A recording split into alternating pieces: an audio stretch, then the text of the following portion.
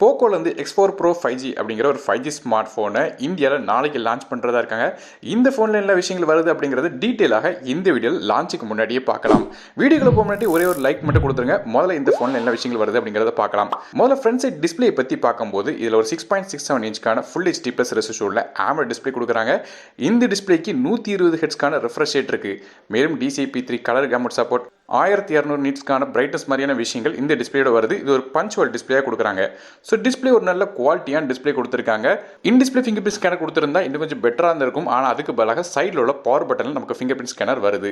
அதே பெர்ஃபார்மன்ஸ் அப்படின்னு பார்க்கும்போது இதில் குவால்காமோட Snapdragon 695 அப்படிங்கிற 8 nm ப்ராசர் பயன்படுத்துறாங்க.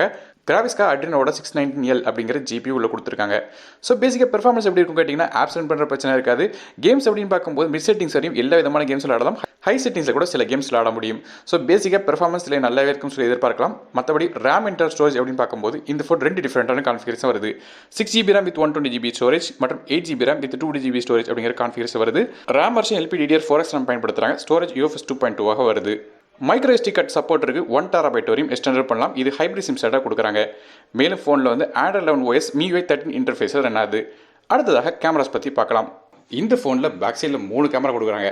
மொதல் கேமரா ஒரு 64 மெகாபிக்சலுக்கான ரியர் ஃபேசிங் கேமரா. ரெண்டாவது கேமரா ஒரு 8 மெகாபிக்சலுக்கான அல்ட்ராவைட் சென்சர் கொடுக்குறாங்க. 118 டிகிரிஸ் வரையும் அல்ட்ராவைட் சார்ஜ் எடுக்க முடியும். மூணாவது கேமரா ஒரு 2 மெகாபிக்சலுக்கான மேக்ரோ சென்சர் கொடுக்குறாங்க. f2.4 ஆப்பர்ச்சரில் வருது. ஸோ ஃபோனோட பேக் சைட் நமக்கு 3 கேமரா இருக்குது. அதே ஃப்ரண்ட் சைட் செல்ஃபி அப்படின்னு பார்க்கும்போது 16 மெகாபிக்சலுக்கான ஃப்ரண்ட் ஃபேசிங் கேமரா f2.4 ஆப்பர்ச்சரில் வருது. மேலும் இந்த ஃபோனில் IR பிளாஸ்டர் சப்போர்ட்டும் இருக்குது. ஆனால் ரிமோட்டாக கூட உங்கள் ஃபோன் பயன்படுத்த முடியும். இது போல் 3.5 audio jack, stereo speakers, hi res audio certification மாதிரி பல விதமான விஷயங்கள் வச்சிருக்காங்க. மேலும் முக்கியமான விஷயம் இந்த ஃபோனில் 5Gக்கான SA/NC சப்போர்ட் இருக்குது. அதாவது 5G கனெக்டிவிட்டி இல்லை சப்போர்ட் ஆகும். NFC சப்போர்ட்டும் இருக்குது. பேட்டரிஸ் பற்றி பேசலாம்.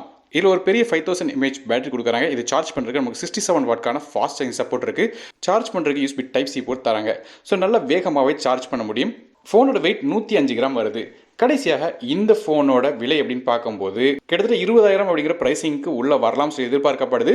ஸோ ப்ரைஸிங் பற்றி தெரிஞ்ச உடனே அதை கீழே டிஸ்கிரிப்ஷன் பாக்ஸில் அப்டேட் பண்ணுறேன். ஸோ ஓவரலாக இந்த ஸ்பெசிஃபிகேஷன் வச்சு கம்பேர் பண்ணி பார்க்கும்போது ஓரளவு இந்த ஃபோன் ஓகே தான். காரணம் என்னன்னு கேட்டிங்கன்னா இப்போ இருக்கிற நிலவரத்தில் நமக்கு ப்ராசர் வச்சு கம்பேர் பண்ணி பார்த்தோம்னா எல்லா ஃபோனோட விலையும் கூடிக்கிட்டே போகுது. அதனால தான் இந்த ஃபோனோட விலையும் ஓகேன்னு சொல்கிறேன். ஏன்னா இதுக்கு முன்னாடிலாம் சில ஃபோன்ஸ் பற்றி பேசியிருக்கும் போது கொஞ்சம் காசுன்னு சொல்லியிருப்பேன். காரணம் இப்போ ப்ரைஸிங் டேக்ஸ் மாதிரியான நல்ல விஷயங்கள் கம்பேர் பண்ணி பார்த்தா கண்டிப்பாக 20,000க்குள்ளே லான்ச் பண்ணும்போது இந்த ஃபோன் ஓகே தான். ஸோ நீங்கள் இந்த ஃபோனை பற்றி நினைக்க அப்படிங்கிறத கீழே கமெண்ட் செக்ஷன் மென்ஷன் பண்ணுங்கள். வீடியோ பிடிச்சா ஒரே ஒரு லைக் கொடுத்துருங்க. நானும் டிக்கெட் தமிழுக்காக மற்றொரு வீடியோவில் உங்கள் சந்திக்கிறேன். நன்றி, வணக்கம்.